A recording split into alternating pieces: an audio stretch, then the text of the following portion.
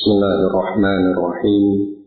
Assalamualaikum warahmatullahi wabarakatuh. Innal hamdalillah nahmaduhu wa nasta'inuhu wa nastaghfiruh wa na'udzu billahi min shururi anfusina wa min sayyiati a'malina. Man yahdihillah fala mudilla lahu ومن يضلل فلا هادي له وأشهد أن لا إله إلا الله وحده لا شريك له وأشهد أن محمدا عبده ورسوله اللهم صل على نبينا محمد وعلى آله وصحبه ومن تبعهم بإحسان إلى يوم الدين.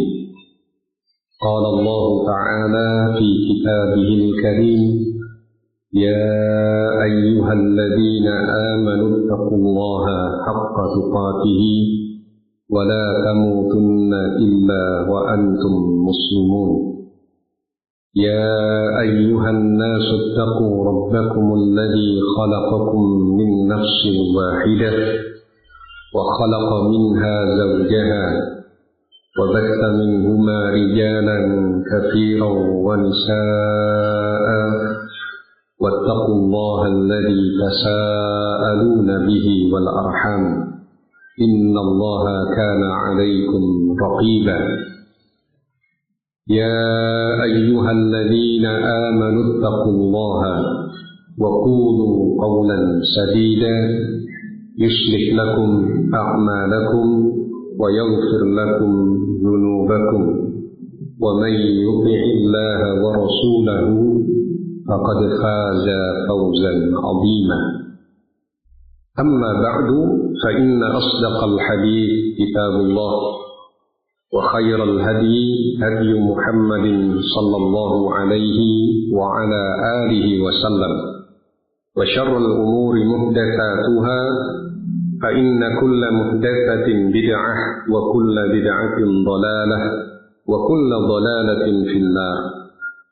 إخواني وأخواتي في الله rahimani wa rahimakumullah. Alhamdulillah, pada kajian kita di sore hari ini insyaallah kita akan membahas sebuah pembahasan fikih Kitabut Thalaq dari Manhajus Salikin wa Tawdihul Fiqhi fid Din karya Syekh Abdurrahman bin Nasir As-Sa'di rahimahullah.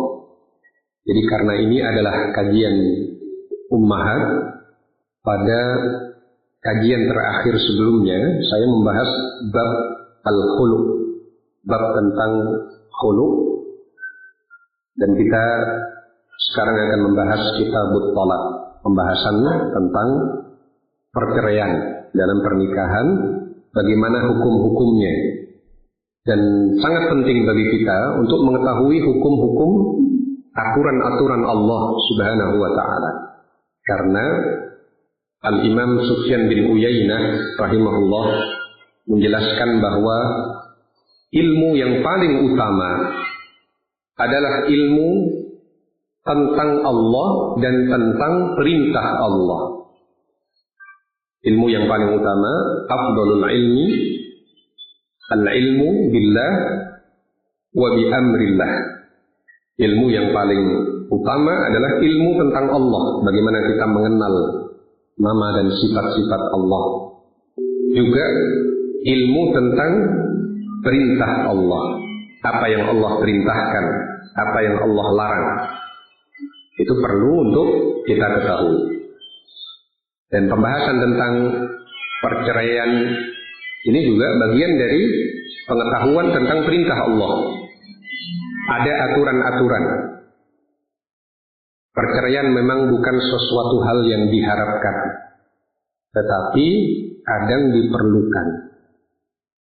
Ketika terjadi perceraian, maka perceraian hendaknya dilakukan sesuai aturan syariat dan juga secara baik-baik. Tidak sampai kemudian menjadi permusuhan, kebencian, ya, menghalangi anak bertemu bapaknya, anak bertemu ibunya. Tidak boleh memutus silaturahmi. Kadang perceraian itu diperlukan, tapi hukum asalnya makruh, tidak disukai. Karena perceraian itu adalah sesuatu yang sangat disukai oleh iblis. Iblis sangat suka kalau melihat ada perpisahan antara suami dengan istrinya. Sedangkan Allah Subhanahu wa taala, demikian juga Rasul sallallahu alaihi wasallam dengan aturan-aturan syariat menganjurkan kepada pernikahan, menganjurkan agar terjalin hubungan yang baik antar suami dan istri, bagaimana menjaga keutuhan dan kelanggengan hubungan tersebut. Itu yang disukai oleh Allah dan Rasul-Nya. Tetapi tidak ditutup sama sekali peluang untuk berpisah. Ketika dalam kondisi tertentu memang dibutuhkan untuk berpisah. Kata Syekh Abdurrahman bin Nasir As-Sa'di rahimahullah, Kitabut Thalaq, kitab tentang perceraian. Wal aslu fihi, landasannya adalah qauluhu ta'ala, firman Allah Subhanahu wa ta'ala, ya ayyuhan nabi idza talaqtumun nisaa fatalliquhunna liiddatihinna. Ya ayyuhan nabi, wahai nabi, idza talaqtumun nisaa, jika kalian, wahai nabi dan para sahabat, jika kalian mentalak istri, itu salam. Ini arahnya kepada Nabi juga kepada kaum muslimin yang lain. Idza talaqtumun nisaa, jika kalian menceraikan istri, fatalliquhunna li'iddatihinna, maka talaklah mereka sesuai dengan perhitungan iddahnya. Nah, nanti akan dijelaskan apa maksudnya. Sesuai dengan perhitungan iddahnya itu apa maksudnya? Menjatuhkan talaknya itu kapan? Ada aturan. Ini firman Allah di dalam surah At-Thalaq ayat yang pertama. Wa talaquhunna liiddatihinna fassarahu hadits Ibnu Umar. Mentalak istri sesuai dengan masa iddahnya itu ditafsirkan dalam hadis Ibnu Umar. Haitsu talaqa zaujatahu wa hiya haidun. Ibnu Umar ini pernah mentalak istrinya pada saat istrinya haid. Fasa'ala Umar radhiyallahu anhu Rasulullah sallallahu alaihi wasallam an dzalik. Kemudian Umar, ayah Ibnu Umar, ayahnya bertanya kepada Rasulullah Sallallahu Alaihi Wasallam, bolehkah mentalak istri, menjatuhkan talak istri pada saat istri sedang haid? Faqala, maka Rasul Sallallahu Alaihi Wasallam bersabda, tidak disebutkan di sini, kalau di dalam sebagian riwayat Nabi marah. Nabi marah. Karena mentalak istri pada saat istri sedang haid itu termasuk sesuatu yang dilarang. Maka ini juga menunjukkan bahwa para sahabat sebagai manusia biasa kadang terjatuh dalam kesalahan. Tetapi setelah diluruskan oleh Nabi, diberitahu apa yang seharusnya, mereka menjadi orang terdepan di dalam menjalankan bimbingan Nabi Shallallahu Alaihi Wasallam. Bukan masalah ketika seorang pernah salah, tapi yang harus dilakukan adalah bagaimana membenahi kesalahan itu. Bertaubat kepada Allah, kemudian mengikuti aturan yang benar. Nah, Nabi bersabda setelah diberitahu oleh Umar bahwa Ibnu Umar ini mentalak istrinya pada saat haid. Nabi bersabda, murhu fal yuraji'ha. Perintahkan kepadanya, kepada Ibnu Umar, falyuraji'ha, hendaknya dia kembali kepada istrinya. Ini ada perbedaan penafsiran dari para ulama tentang makna falyuraji'ha. Apa makna falyuraji'ha? Ada yang menafsirkan falyuraji'ha, rujuklah kembali. Kalau rujuk berarti terhitung tadi itu talak, meskipun mentalak di saat haid adalah terlarang, tetapi terhitung menurut sebagian ulama. Ada yang menafsirkan falyuraji'ha itu artinya kembali, bukan artinya rujuk. Nah, kalau rujuk itu berarti ada perceraian sebelumnya. Tapi kalau sekedar kembali bukan selalu bermakna ada perceraian. Bagi ulama yang berpendapat bahwa mentalak istri pada saat haid tidak terhitung karena itu pelanggaran, maka maknanya bukan disuruh rujuk, tapi kembali. Tsummal yatrukha, kemudian biarkan dia hatta tathur, sampai suci. Kembalilah engkau pada istrimu, kemudian biarkan dia ketika masa haid itu sampai suci.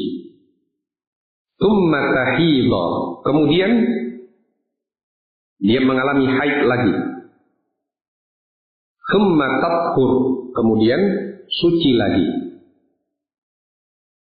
Tsumma in syaa'a amsaka ba'du, kemudian kalau engkau mau, silakan engkau mempertahankannya.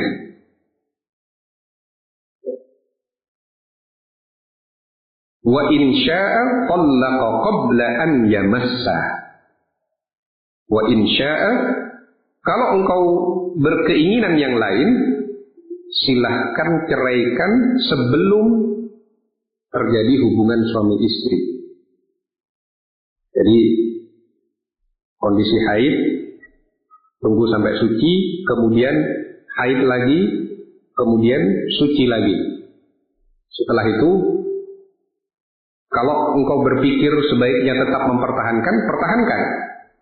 Tapi kalau engkau mau menceraikan, ceraikan di masa suci sebelum engkau melakukan hubungan suami istri. Nah, fatilkal iddatu allati amara Allahu an tutallaqa laha an-nisa.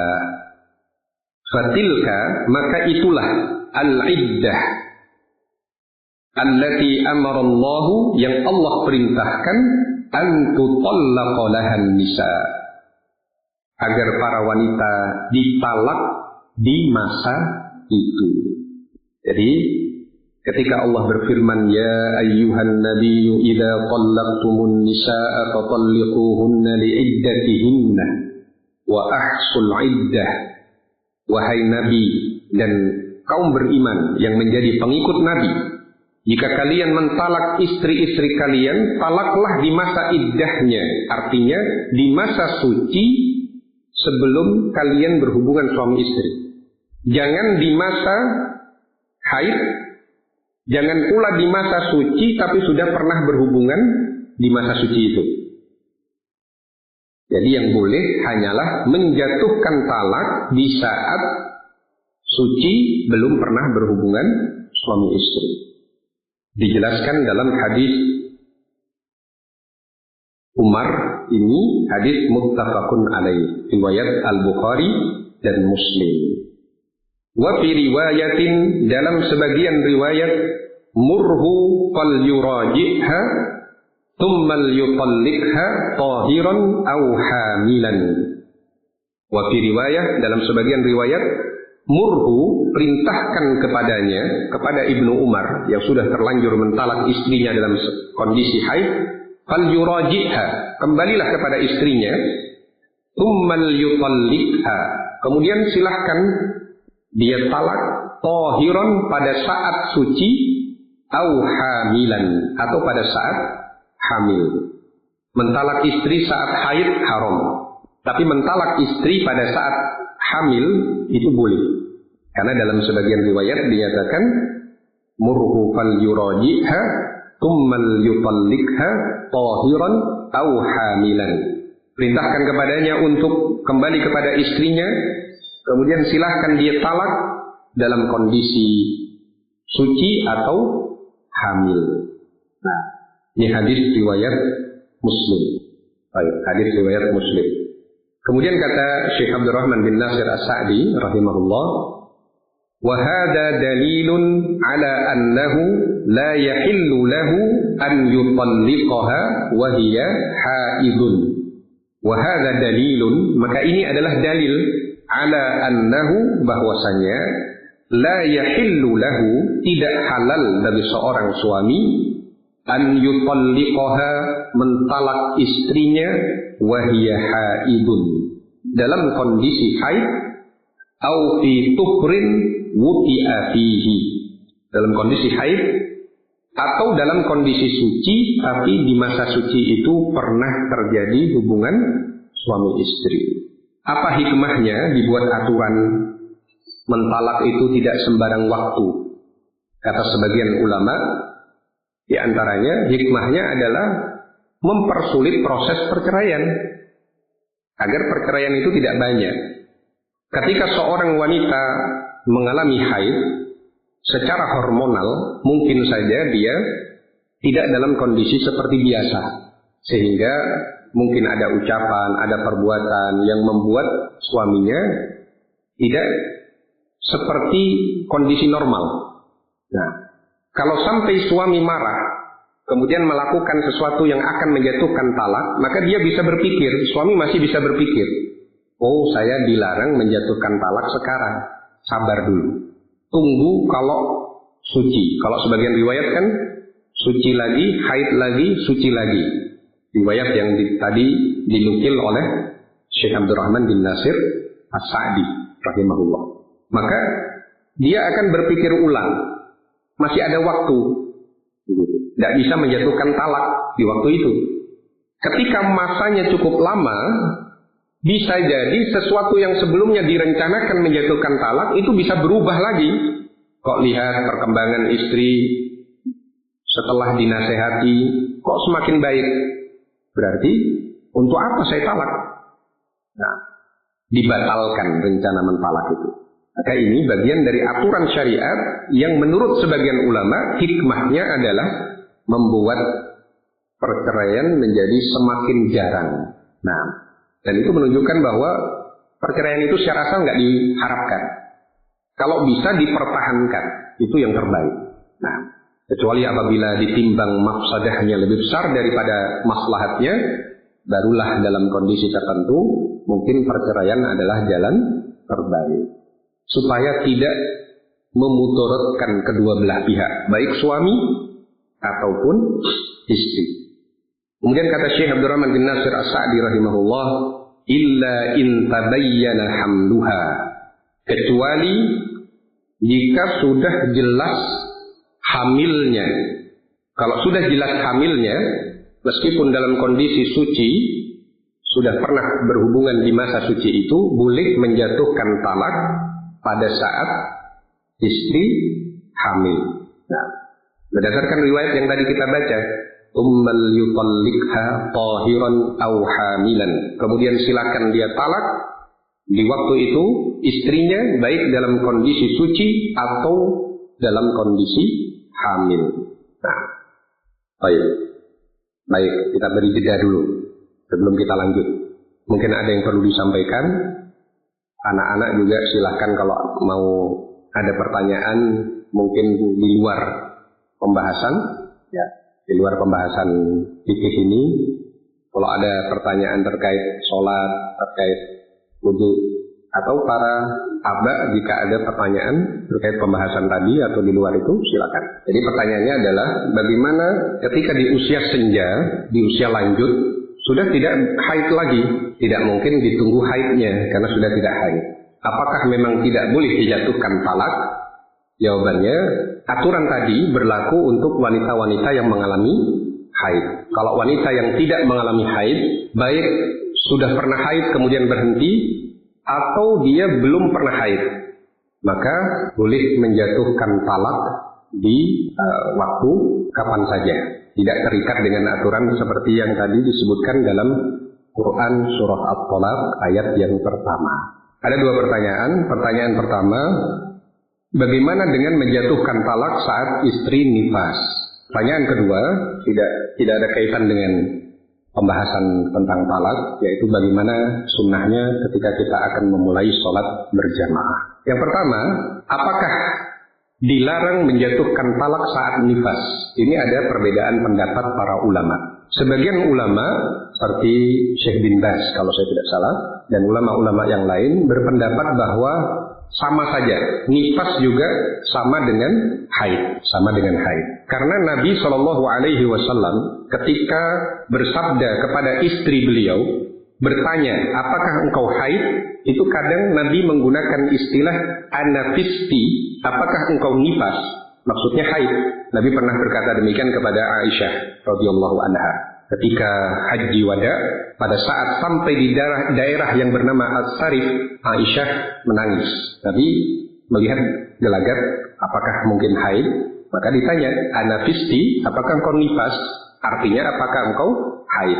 Maka istilah penggunaan nifas untuk mengungkapkan haid menunjukkan ada kesamaan di situ. Nifas dengan haid. Maka sebagian ulama mengartikan sebagaimana dilarang mentalak saat haid, maka saat nifas pun dilarang. Ini sebagian pendapat. Sedangkan Syekh Muhammad bin Shalih Al-Utsaimin rahimahullah di dalam kitab Asy-Syarhul Mumti, Syarah Zadil Mustaqni, menyatakan tidak mengapa menurut pendapat yang sahih mentalak istri di masa nifas, karena tidak ada kaitan dengan iddah yang disebut dalam ayat. Fatalliquhunna liiddatihinna. Itu nifas tidak ada kaitan dengan haid. Karena kalau iddah itu kan nanti hitungannya masa iddah yang sebenarnya 3 kali masa haid. Tidak ada hitungan dengan nifas. Iddah tidak ada kaitan dengan nifas.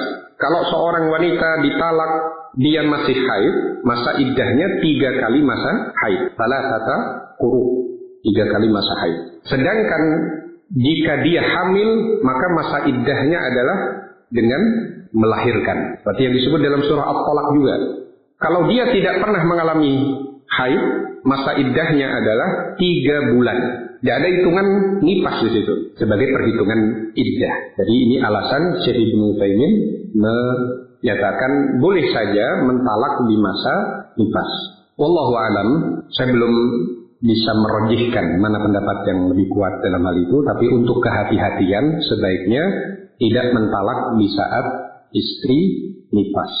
Masa nifas itu 40 harian maksimal, ya. Masa nifas itu 40 hari maksimal. Sebaiknya bersabar saja, keluar dari khilaf juga. Nah, kemudian tadi pertanyaannya bagaimana sunnahnya kita memulai sholat berjamaah. Dari sisi makmum, hendaknya dia sudah khusyuk dan menyempurnakan wudu dari sebelum sholat. Idza qumta ila sholati fa asbigil wudu.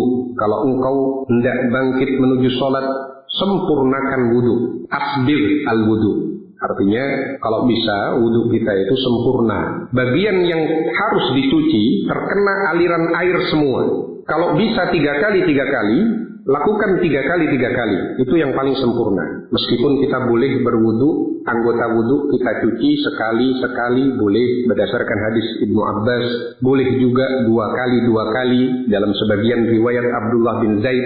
Nah, tapi kalau bisa 3 kali, maka itu yang lebih sempurna. Kalau seorang bisa menjaga dari sejak wudu dia khusyuk, tidak banyak berbicara, tidak banyak mikir urusan dunia, sampai sholat 2 rakaat sunnah, maka itu bisa menghapus dosanya yang telah lalu, sebagaimana hadis Utsman bin Affan, seperti bayi yang dilahirkan dari rahim ibunya. Hadis Utsman bin Affan, riwayat Al-Bukhari dan Muslim.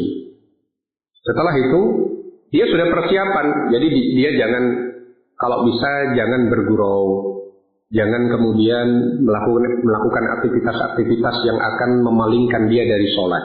Karena memang para salaf kita itu sejak berwudu itu sudah mengkondisikan kayak dia mau sholat. Bahkan ketika dia sudah masuk ke dalam masjid, dia terhitung seakan-akan berada dalam sholat, selama sholat itulah yang mencegah dia untuk tidak keluar dari masjid. Maka natis sholatu hiya tahbisu. Selama sholat itu yang menghalangi dia untuk keluar. Maka dalam kondisi dia seperti orang yang sholat. Berlaku larangan ketika belum sholat. Larangannya diantaranya adalah mengayam jari jemari. Mengayam jari jemari ini makruh ketika belum dilaksanakan sholat. Boleh ketika sudah sholat. Begini. Karena sebagian riwayat Nabi melarang ya, mengayam antara jari jemari, menggabungkan begini. Ada larangan. Ada juga yang Nabi pernah menyampaikan di masjid peribarat antara orang beriman satu sama lain itu saling menguatkan. Wasyabbaka baina asabi'i al-mu'min lil mu'min kal bunyan. Wasyabbaka baina asabi'i. Nabi mencontohkan dengan menganyam jari jemari beliau. Kalau ada yang bertanya, kok ada hadis yang melarang, ada hadis yang Nabi mempraktekkan sendiri di dalam masjid. Maka sebagian ulama memberikan rincian bahwa yang dilarang itu adalah mengayam jari jemari tangan ini, menggenggam kedua jari jemari tangan ini pada saat sebelum mulai sholat. Tapi setelah selesai sholat boleh. Setelah selesai sholat, kemudian setelah itu muadzin yang sebaiknya juga yang mengumandangkan iqamah minta izin kepada imam terlebih dahulu. Itu yang terbaik. Karena biasanya Bilal itu minta izin pada Nabi. Apakah waktunya saya kumandangkan iqamah? Sebelum itu silakan sholat sunnah terlebih dahulu. Silakan manfaatkan waktu untuk berdoa di antara adzan dan iqamah. Nah, kemudian kalau sudah imam mempersilahkan atau imam yang menunjuk kumandangkan iqamah, maka dikumandangkan iqamah. Setelah itu makmum mengatur barisan rapat dan lurus. Pusatnya adalah di tengah. Acuan untuk meluruskan dan merapatkan shaf adalah makmum yang berada tepat di belakang imam. Itu acuannya. Maka yang berada di sebelah kiri imam merapatkan ke kanan. Kalau kita arah kiblatnya barat, seandainya posisi kita sebagai makmum berada di sebelah selatan, ya, maka kita cuma mikir bagaimana caranya merapatkan dengan yang sebelah kanan kita. Gak usah mikir yang kiri sudah. Gak usah mikir yang kiri. Yang berada di sebelah utara mikirnya merapatkan ke arah selatan, ke arah kiri.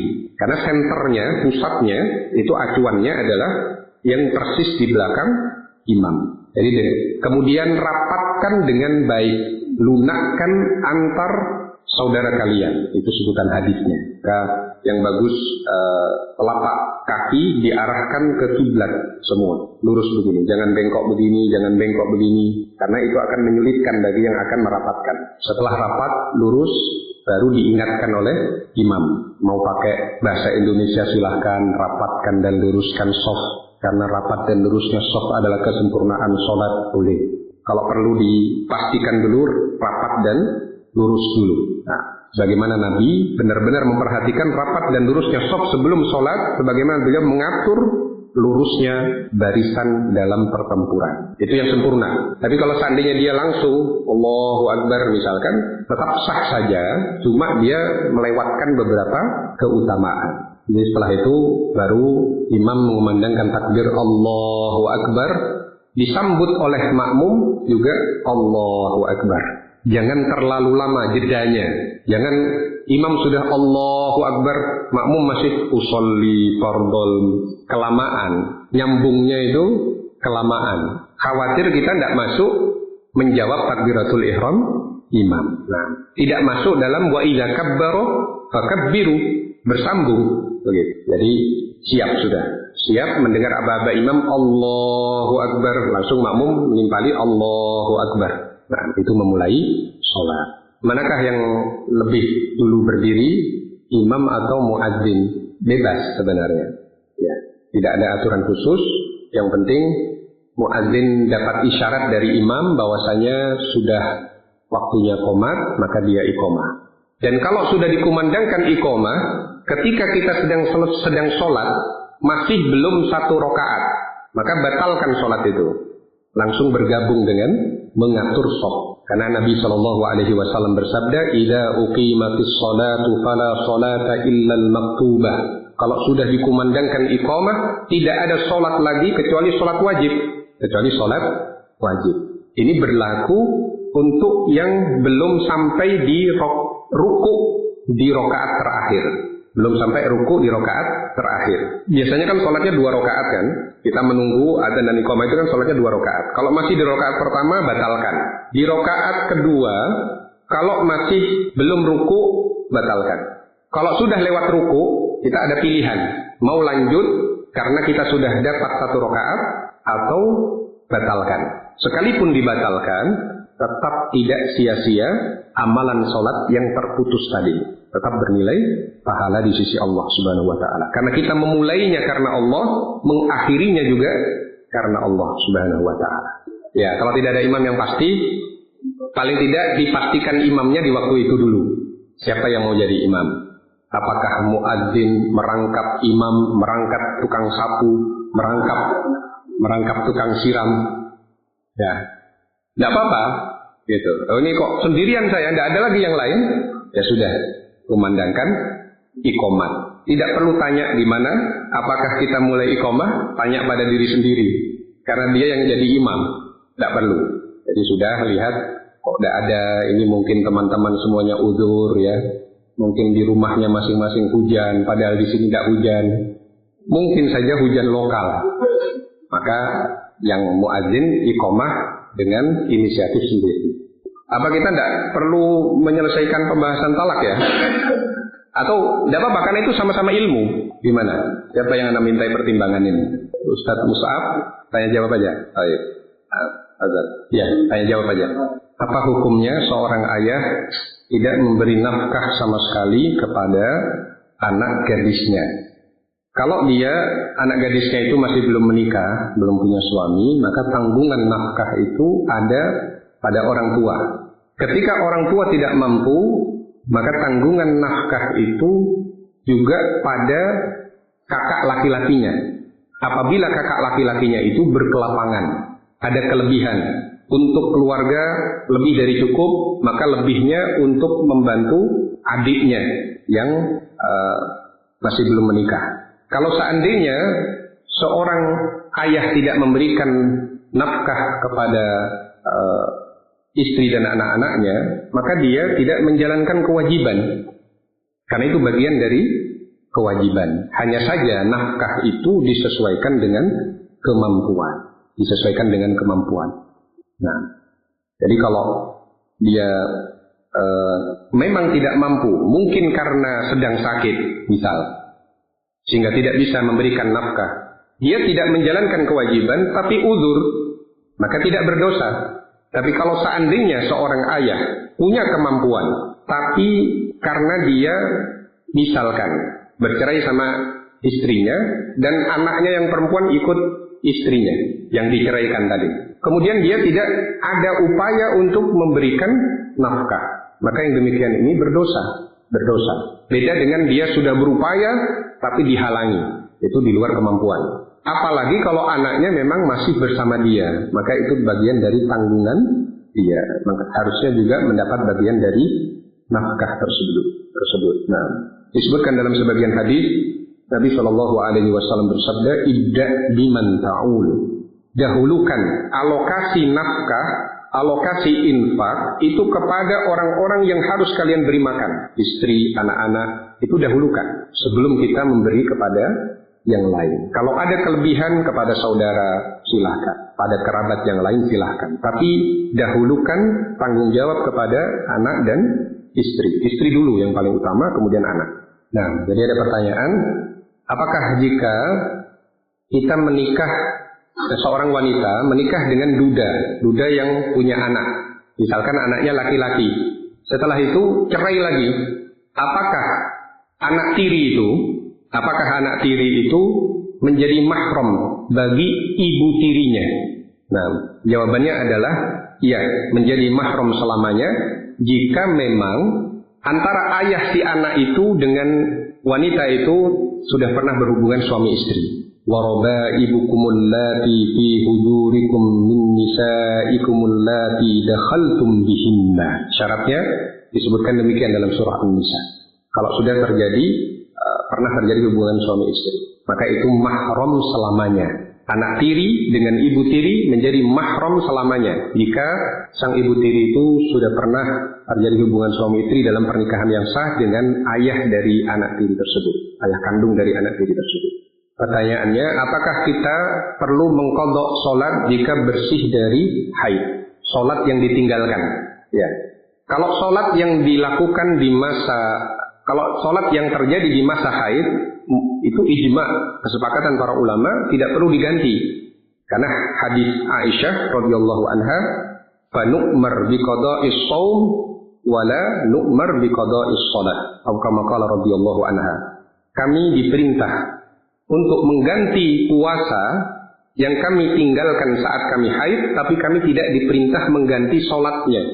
Misalkan masa haidnya dari Senin sampai Ahad, ya, atau dari Senin sampai Sabtu katakan. Maka selama masa haid dari Senin sampai Sabtu itu dia tidak bisa sholat, dan ketika suci tidak usah diganti antara Senin sampai Sabtu itu. Yang jadi khilaf dari para ulama adalah ketika dia belum haid, dia belum sempat sholat.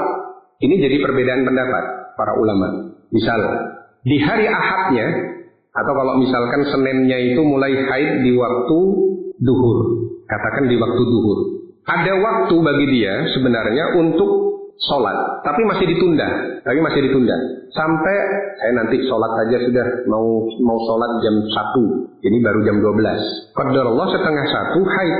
Apakah sholatnya hanya satu sholat itu saja, duhur itu saja yang perlu diganti? Itu jadi perbedaan pendapat ulama. Kalau antara Senin sampai Sabtu yang dia haid, jelas tidak usah diganti. Tapi sebelum haidnya itu ada masa dia bisa sholat, dia bisa sholat, tapi dia tidak segera sholat. Nah, di sini ada khilaf di kalangan para ulama. Dari sisi keharusan, insya Allah tidak harus. Tetapi dari sisi kehati-hatian, kalau mau diganti, tidak mengapa insya Allah. Nah, karena dia mungkin merasa, mestinya saya manfaatkan waktu setelah azan, tidak menunda. Tapi saya masih menunda. Karena khawatir itu sebuah kesalahan, mau diganti untuk yang duhur itu saja, ya, maka silakan, tidak apa-apa. Itu pendapat sebagian ulama. Misalnya jam 9, seandainya jam 9 ya. Apabila seorang wanita bersih haid jam 9, apakah dia harus sholat isya? Kalau sholat isya, iya, harus sholat isya, karena itu masih masuk waktu sholat isya. Beda masalah kalau dia haidnya, bersih dari haidnya, itu lewat dari tengah malam. Kalau sudah lewat dari tengah malam, dia tidak perlu sholat isya, karena sudah di luar waktu. Lewat dari tengah malam, itu sudah bukan waktu isya. Karena dalam hadis riwayat Muslim dinyatakan, waktul isya ila wasatil lail. Waktu isya itu sampai pertengahan malam. Lewat dari pertengahan malam, kata Syekh Ibnu Taimin, itu sudah bukan waktu isya, juga bukan waktu sholat rawatib isya. Ba'diyah isya tidak bisa sudah. Itu sudah masuk qiyamul lail. Nah, sudah masuk qiyamul lail. Nah, kalau jam 9, tentu isya'nya ini masih tanggungan dia. Setelah dia suci dari haid, kemudian mandi, maka lakukan sholat isya.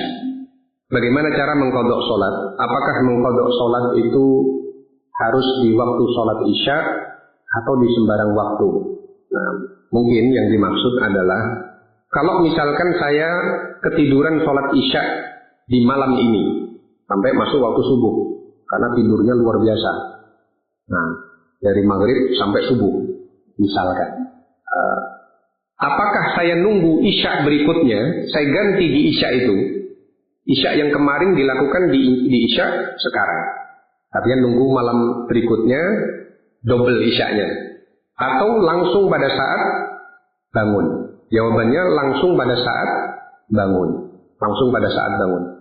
Man nama an sholatin aw nasiyaha falyusalliha idza dzakaraha. Hadisnya. Man nama an sholatin, barang siapa yang tertidur dari sholat, aw nasiyaha, atau terlupa, maka lakukan sholat pada saat ingat. Meskipun waktu ingatnya di waktu subuh, baru ingat di waktu duhur, lakukan. Baru ingat di waktu asar, belum sholat isya, lakukan. Tidak harus menunggu waktu isya berikutnya. Nah, ayo, mungkin ada lagi? Ya. Ketika talak 3 tidak diperbolehkan untuk rujuk lagi, harus nikah lagi. Ya. Nah, jadi kalau sudah talak 3, fa in talaqaha fala tahillu lahu min ba'du hatta tankiha zawjan ghairah. Kalau sudah talak 3, maka fala tahillu lahu, tidak halal baginya, min ba'du, untuk kembali kepada istrinya itu, rujuk lagi, hatta tankiha zawjan ghairah, sampai dia menikah dengan suami yang lain. Artinya sampai ada orang lain yang dengan kerelaan hati memang mau menikahi, sama-sama cocok, tidak ada urusan dengan suami pertama. Memang dia ingin menempuh hidup baru, mau melakukan pernikahan. Dan setelah itu diceraikan. Diceraikannya lagi pun tidak ada kaitan dengan yang pertama. Memang murni perlu untuk bercerai. Memang perlu untuk bercerai. Baru yang suami pertama boleh menikah lagi dengan yang dulu pernah menjadi mantan istrinya, pernah ditalak 3. Perceraian yang kedua dari suami kedua memang secara asal tidak dianjurkan untuk bercerai, tidak disukai, tetapi kadang juga menjadi solusi terbaik ketika itu dibutuhkan untuk bercerai. Ketika mafsadahnya mempertahankan pernikahan lebih besar dibandingkan maslahat mempertahankan pernikahan. Intinya tidak boleh saling bersekongkol, karena itu namanya muhallil yang dapat laknat dari Nabi. Kamu nikahi istri saya, nanti 1 kali saja, setelah itu ceraikan. Ya, ini saya kasih inupa 1. Nah, misalkan itu namanya muhallil yang dilaknat oleh Allah Subhanahu wa taala, dilaknat oleh Rasulullah sallallahu alaihi wasallam. Baik yang mau ngasih inufanya ataupun mau yang nerima inufanya sama-sama dapat laknat. Nah, kalau seorang wanita dia suci dari haidnya, ya, suci dari haidnya, kemudian dia ingin mengganti 1 sholat saja yang belum sempat dia laksanakan saat terjadinya haid. Ya, seperti yang kita contohkan tadi, zuhur jam 2 dia mengalami haid. Padahal jam 2.23 itu asar, misalkan. Jadi antara jam 11.15 sampai jam 2 itu dia tidak sholat zuhur, ditunda sama dia karena masih ada waktunya. Dan untuk wanita boleh saja secara asal. Ketika dia selesai dari suci haidnya, dia akan mengganti sholat itu. Kapan menggantinya? Jawabannya sama dengan ketika seorang tertidur atau lupa, bisa dilakukan di waktu saat dia suci di haidnya itu. Nah, kalau misalkan haidnya itu suci di waktu isya tadi jam 9 contohnya, ya dia laksanakan sholat isya terlebih dahulu, kemudian dia mau mengganti sholat zuhurnya, silakan. Bagi yang mengambil langkah kehati-hatian mengganti. Kalau dari sisi keharusan, insya Allah tidak. Dari sisi keharusan, tidak. Mengganti sholat di waktu terlarang. Apakah boleh mengganti sholat di waktu terlarang? Jawabannya boleh. Karena yang waktu terlarang melaksanakan sholat itu hanyalah sholat-sholat yang tidak memiliki sebab. Jadi kayak sholat sunnah mutlak. Itu dilarang di waktu-waktu terlarang melaksanakan sholat. Tapi kalau memiliki sebab, baik itu mengganti langsung, ya, karena hadisnya, man nama an sholatin au nasiyaha falyusalliha idza dzakaraha. Barang siapa yang ketiduran dari sholat atau dia lupa, maka hendaknya dia lakukan saat ingat. Saat ingatnya ini bisa bersamaan dengan waktu terlarang sholat. Tapi yang terlarang sholat itu adalah sholat yang tidak memiliki sebab, yaitu sholat-sholat sunnah mutlak. Kalau sholat pengganti, sholat qadha, insya Allah tidak mengapa. Cuma yang diterapkan oleh Nabi, karena Nabi pernah bangun kesiangan, sholat subuh, matahari sudah terbit, beliau semua, Nabi dan para sahabat kecapean dalam perjalanan jihad. Bilal disuruh untuk menunggu subuh. Bilal menyatakan, iya, saya akan menunggu. Ternyata Bilal ketiduran juga. Akhirnya semua ketiduran, saat matahari sudah bersinar baru bangun. Di situ Nabi Shallallahu Alaihi Wasallam menyuruh para sahabat berpindah tempat, karena tempat ini telah dihadiri oleh syaitan yang menyebabkan kita tertidur pulas semua. Nah, berpindah sebentar, setelah itu dikumandangkan azan oleh Bilal, ya, hadisnya ada dalam Sahih Muslim, dikumandangkan azan oleh Bilal. Setelah itu para nabi dan para sahabat masih sholat sunnah qobliyah subuh. Setelah itu qomat, sholat subuh. Begitu. Masih sempat untuk qobliyah subuh, kemudian sholat subuh. Nah, dan itu memang sudah lewat waktu terlarangnya. Sudah lewat waktu terlarangnya karena sudah agak tinggi, matahari sudah kurang lebih sudah masuk waktu duha pada waktu itu. Jadi pertanyaannya, bagaimana jika ini shop atau rokaat? Shopnya, shop kedua, tiba-tiba ada yang keluar, menjauh. Menjauhnya karena fitnah atau apa ini? Menjauhnya karena fitnah atau karena mau ke belakang? Artinya sudah rapat sebelumnya. Jadi kalau memang kita tahu bahwasanya dia seorang yang mengerti sunnah ini, ya kita rapatkan untuk menjalankan bimbingan Nabi Shallallahu Alaihi Wasallam. Beda dengan kalau kita di masjid awam yang memang dia ketika dipepet lari. Kalau dipepet terus lari-larian ini, kejar-kejaran. Ya, maka jangan yang seperti itu. Ada fatwa Syekh Al-Albani tentang hal itu. Nah, jadi tidak usah sudah. Hampir sama dengan kalau ada saudara kita kunjungi, ditutup pintunya. Kita ucapkan salam, tidak dijawab. Ya, kita tidak membenci dia. Ya. Kita berusaha merapatkan soft ini. Tapi kok lari terus? Ya sudah. Sementara khawatir kita dianggap pengganggu. Ya, sementara tidak usah dulu. Bukan karena kita yang menjauh. Tapi kita mendekat, belum dapat respon yang diharapkan. Baik, kita lanjut pembahasan kitabnya. Sekarang yang dibahas adalah lafaz talaknya. Ketika suami menjatuhkan talak, lafaznya itu ada yang tegas, ada yang tidak tegas. Ada yang langsung, ada yang diikatkan dengan waktu tertentu atau syarat tertentu. Kata Syekh Abdurrahman bin Nasir As-Sa'di rahimahullah, wa yaqa'u at-talaqu bi kulli lafdhin dalla 'alaihi. Wa yaqa'u at-talaqu, jatuh talak bi kulli lafdhin dalla 'alaihi, dengan lafaz apapun yang menunjukkan makna talak. Yang pertama, sharihin, tegas.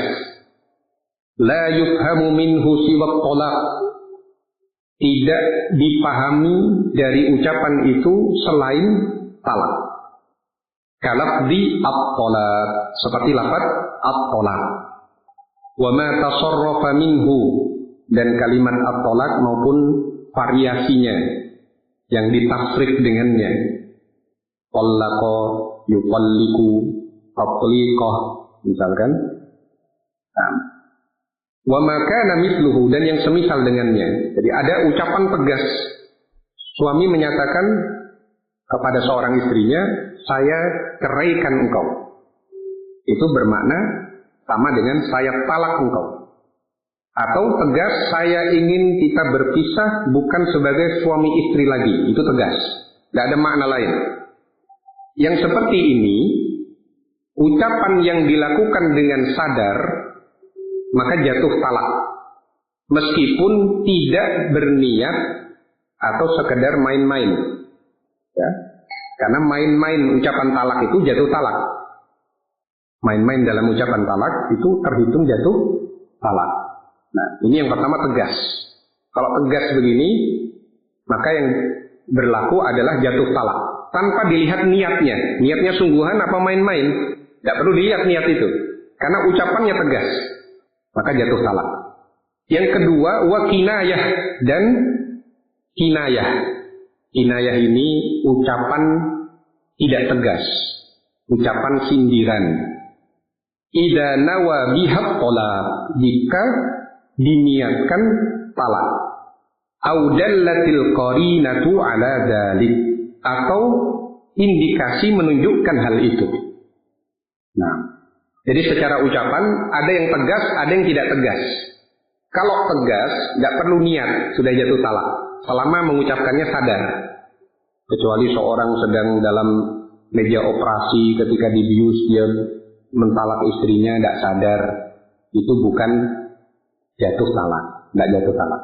Atau seorang yang dipaksa di bawah todongan senjata, untuk mengucapkan talak kepada istrinya dengan ancaman yang benar-benar akan diterapkan, kondisi terpaksa, maka dia uzur, tidak jatuh talak. Atau salah ucap.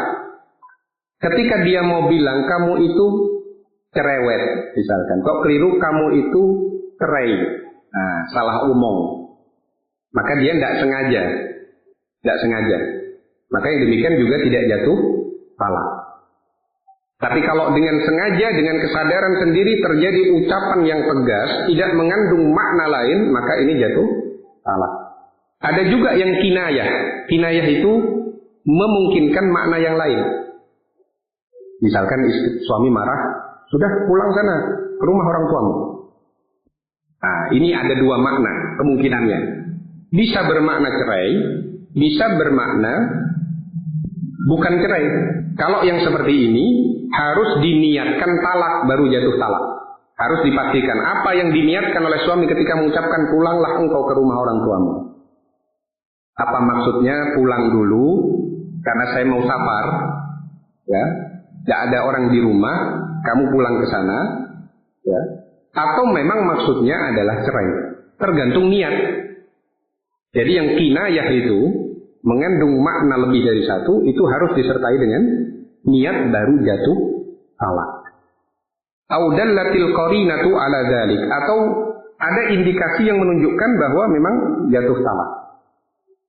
Tidak ada angin, tidak ada hujan, bertengkar, ya, suami istri bertengkar, kemudian ada ucapan pulang kamu ke rumah orang tuamu. Ini istri kedua. Dia pernah ketemu istri pertama yang pernah diceraikan dulu, ketika suami saya marah, bilangnya itu pulang kamu ke rumah orang tuamu. Itu maknanya cerai.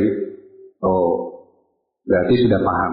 Qarinahnya menunjukkan bahwa ini cerai. Kemudian wa yaqa'ut talaqu munajjazan. Dan tolak itu ada yang diucapkan langsung. Munajjaz itu langsung, seketika. Maka setelah jatuh ucapan itu, jatuh talak. Au mu'allaqan ala syartin, atau diikatkan dengan syarat. Nah, ketika bersin, sunnahnya mengucapkan alhamdulillah. Kemudian yang mendengar mengucapkan yarhamukallah. Kalau tidak mengucapkan alhamdulillah, dia terhalangi dari doa yarhamukallah. Nah. Kakaulihi, sebagaimana ucapan seorang suami, idza ja'al waqtul fulani fa anti taliq. Kalau datang waktu ini, disebut waktunya kapan? Kalau datang bulan Januari 2024, maka engkau saya jatuhi talak. Misalkan ada suami berkata demikian. Maka masuk Januari, jatuh talak. Belum Januari, belum jatuh talak. Karena dia tidak munajjaz. Tidak seketika ucapannya itu. Masih diikatkan dengan kondisi tertentu. Famata wujida syartul ladzi 'allaqa 'alaihi talaq waqa'a. Kapan saja tercapai syarat yang diikatkan pada talak itu, maka jatuh talaknya. Nah, misalkan ada seorang suami bilang, kalau kamu menginjakkan kaki ke rumah fulan, maka jatuh talak saya. Ini juga mengikatkan talak dengan syarat tertentu. Ternyata istrinya menginjakkan kaki di rumah fulan. Bagaimana? Ada tambahan penjelasan dari Syekhul Islam Ibnu Taimiyah rahimahullah. Dan ini juga diikuti oleh sebagian ulama yang lain seperti Syekh bin Baz rahimahullah. Hal seperti itu tergantung dari niat suaminya ketika mengucapkan itu. Apakah itu ancaman? Ya. Apakah sekedar ancaman atau memang diniatkan bahwa jika terjadi saya akan menjatuhkan talak? Ada dua kemungkinan. Sekedar ancaman atau memang dia niatkan benar-benar jatuh kalau terpenuhi syarat itu. Kalau niatnya kedua, benar-benar jatuh kalau terpenuhi syarat itu, maka jatuh talak. Ketika istrinya menginjakkan kaki di rumah fulan. Tapi kalau itu sebenarnya ngancam istri dan dia tidak yakin istrinya benar-benar berani melakukan itu. hanya untuk nakut-nakuti saja. Kok ternyata dilakukan sama istri. Apabila yang diniatkan adalah mengancam saja, maka Syekhul Islam Ibnu Taimiyah rahimahullah berpendapat berarti dia kalau terjadi apa yang dipersyaratkan telah melanggar sumpah. Akibatnya dia harus membayar kafarah sumpah. Harus membayar kafarah sumpah. Memberi makan 10 orang miskin, atau memberi 10 orang miskin pakaian, atau memerdekakan hamba sahaya. Kalau tidak bisa baru berpuasa 3 hari. Nah, baik. Dari sini selesai pembahasan kita di pasal yang pertama saja. Nah, pertanyaannya adalah bagaimana jika seseorang mengaitkan syarat itu dan ketika itu istri sedang haid. Nah, kalau yang terkait dengan istri sedang haid itu adalah untuk talak yang munajjas, yang dilarang. Ya, yang munajjas. Tapi kalau munajjas itu artinya seketika. Tapi kalau ini terikat dengan syarat, maka insya Allah tidak termasuk yang demikian. Nah, baik. Sudah masuk jam 5. Ya.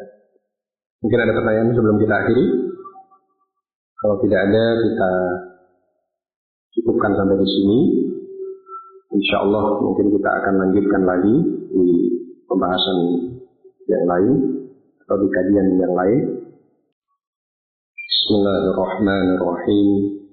Assalamualaikum warahmatullahi wabarakatuh. Innal hamdalillah nahmaduhu wa nasta'inuhu